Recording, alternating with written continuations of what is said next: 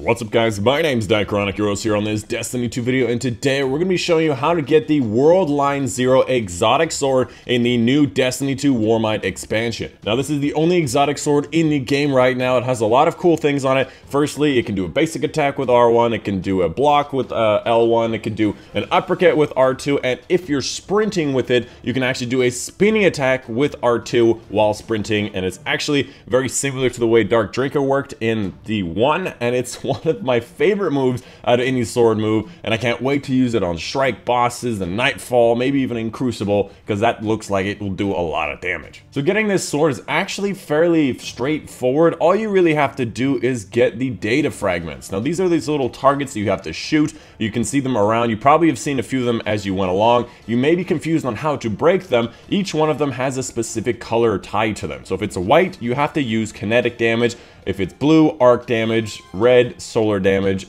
purple, you have to use void damage, and if it's red with like little sparkly, shocky lightning around it, you have to use javelin damage. Now to do javelin damage, obviously you have to have a public event in the area, or you have to have an escalation protocol, and then you have to spend one of those consumable tokens to grab a javelin from one of those little square platforms. A lot of these are pretty far away. I recommend sniper rifles, scout rifles for the primary and secondary of all different types. It'll make it a lot easier than using a submachine gun at long range. Now to get the Worldline 0, you only have to get 35 of the total 45 fragments. Now you can actually pull up your map when you're on Mars. It'll say in the bottom right how many you have. In this video, I'm not going to be showing you all the locations for the different 45 ones. However, I would recommend you checking out a video by Eric's. I'll leave it in the description down below, where he talks about the same thing and he shows you all the different locations for all the different shots. I actually used his video. It's a great guide. I couldn't do better than it, so I'm going to be leaving that up to him. So go check out his video and his guide of doing it. But it's basically very straightforward. You get 35 of these things, and then you move on to go get it from the cache. If you get 45, however, you can actually also get a sparrow from a separate cache that I'll also be showing you.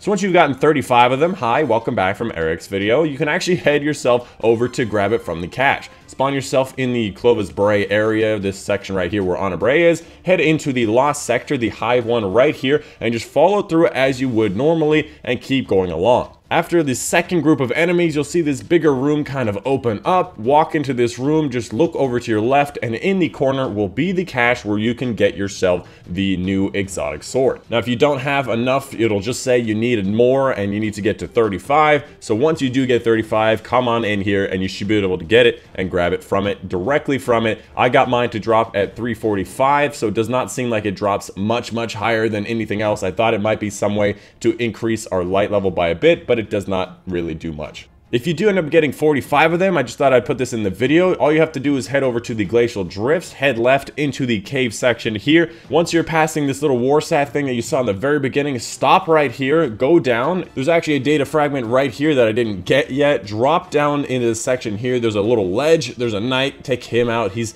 an orange health knight, so be careful, but for the most part should be easy to take care of. And then of course the cache is there if you want to get yourself a sparrow. I personally have not gotten it yet because I thought maybe I'd go try some other things before finishing these off. And that's pretty much it. Again, the sword has 3 different attacks. The basics with R1, it has the uppercut with R2, and if you're sprinting while holding it, you can do a thing called the Tesseract attack, where you spin around and do everything around you, and it does a lot of damage and so fun to use. And the very last thing I want to mention is some of the perks on this weapon. Obviously, it tells you about the Tesseract after sprinting on this weapon, but the very last section says Tireless Blade, which says powered sword kills grant sword ammo.